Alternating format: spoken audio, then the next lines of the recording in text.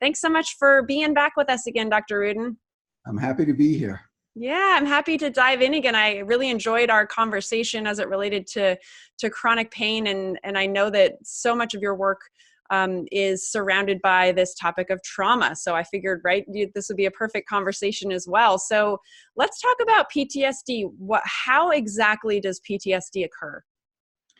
I think the most interesting aspect of PTSD, and one is really that is not discussed a lot, is that the symptomatology of PTSD, and we'll go into the symptoms a little bit later, the symptomatology occurs anywhere between 3 months to even years after the event has occurred.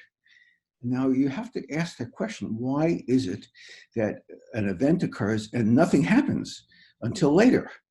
And so I've seen very little work on this idea, but this is the clinical observation. So in thinking about it, one must come to the conclusion that symptom generation is dependent on what we call the landscape of the brain. In other words, if you have a permissive landscape for symptoms, you will have symptoms. If you have a non-permissive landscape for symptoms, you won't. So what must happen during the course of post-event is that the brain becomes permissive for allowing for symptoms to occur.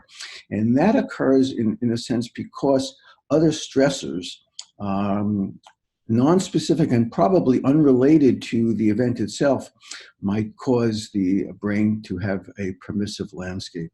So this makes PTSD somewhat difficult to diagnose because months and years after an event, all of a sudden you're having these symptoms of flashbacks and nightmares and numbing and hypervigilance and all these symptoms. And it's hard to connect with an event that happened so long ago.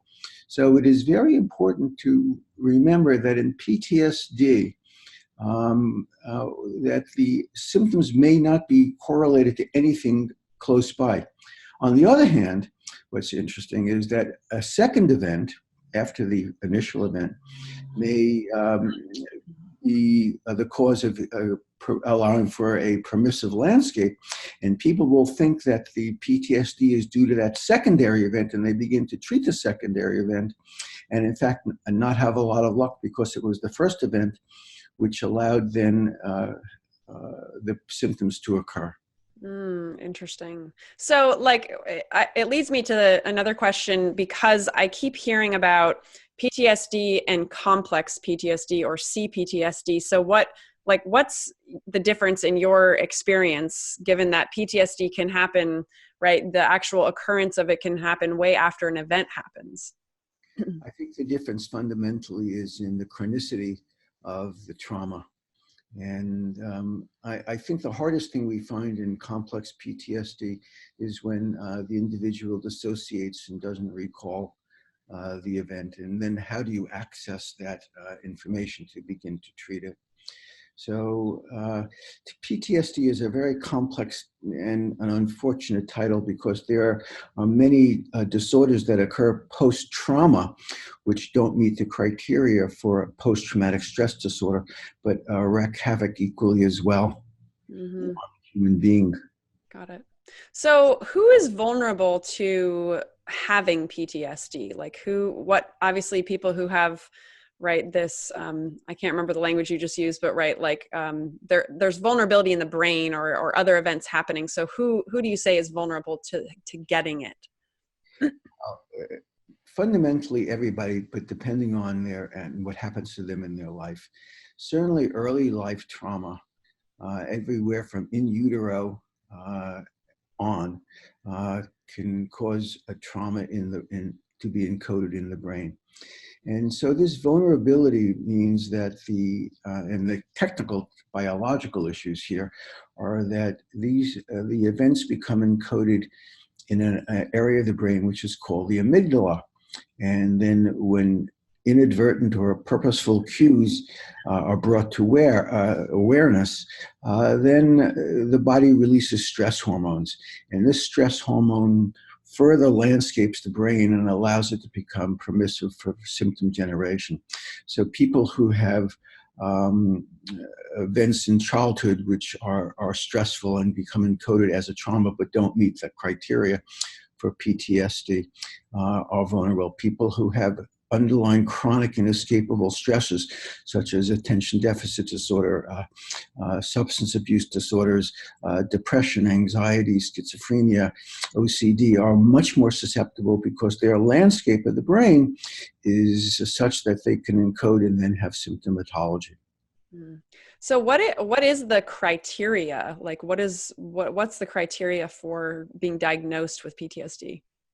Well, you know, it's like most mental or emotional based disorders, all these things are subjective, but they include symptomatology and they have to last for a certain amount of time. For example, a month is in PTSD. And so the symptoms we see in PTSD, which allow us to make a diagnosis, are hypervigilance, a very important criteria for diagnosing PTSD. Numbing, and numbing occurs when the body just basically shuts down its emotional responsiveness. Flashbacks, where all of a sudden, without any cue or whatsoever, a part of the memory comes back. Nightmares, anger. Anger is an interesting one because I think anger is one in which the brain and body use for survival. So anger is actually a survival mechanism for those who have PTSD to get them ready for battle or to fight whatever that event is. Other things include dissociated feelings, people who have issues with memory, people who have ideas that they're even paranoid ideation that things are people are coming to get them, and it's a whole raft of different sort of symptomatologies, and you have to have a certain number of them over a certain period of time to make a diagnosis of PTSD. In the old days, we used to have part of the memory was dissociated. That means we couldn't bring it to conscious awareness. But I think that we have to consider all people who have these issues of hypervigilance and the like to consider to have a post-traumatic stress issue. Got it.